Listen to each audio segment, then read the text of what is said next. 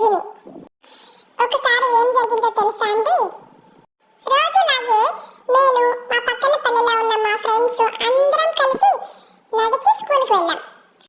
వెళ్ళే దారిలో నిన్న టీచర్ ఇచ్చిన హోంవర్క్ రాస్తూ 2 ఒకట్ల 2, 2 రెండ్ల 4, 2 మూడ్ల 6 ఇలా రాస్తూ ఆడుతూ పాడుతూ వెళ్ళాం.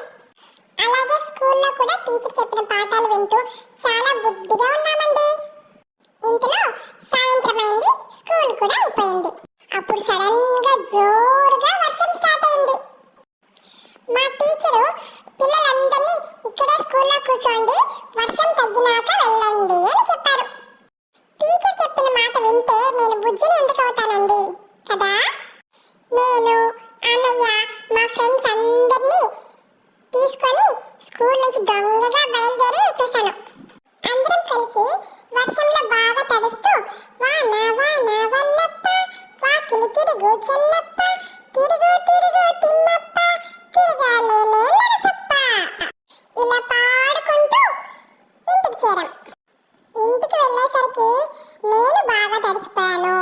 నా బుక్స్ అన్నీ తడిసిపోయాయి. మమ్మల్ని చూసి అమ్మ నాన్నకి చాలా కోపం వచ్చింది. స్కూల్లో టీచర్లు ఏం చేస్తున్నారు, చిన్న బిడ్డలు తెలియకుండా వర్షంలో తడుచుకొని వచ్చేస్తే అప్పుడు నేను అమాయకంగా ముఖం పెట్టి అవునమ్మా సార్ వాళ్ళే వెళ్ళిపోమన్నారు అందుకే వచ్చేసామని చెప్పా. ఇంకేముంది, రాత్రంతా అమ్మ నాన్న పొయ్యి దగ్గర కూర్చొని నా బుక్స్ మా అన్న బుక్స్ కూర్చొని బాగా ఎండబెట్టారు. మరుసటి రోజుకంతా నాకు అన్నకి బాగా జలుబు చేసి జ్వరం వచ్చేసింది. తడిస్తే తడిసాం కానీ అండి, వర్షంలో తడవడం ఎంత బాగుందో. కుదిరితే మళ్ళీ తడుద్దామా?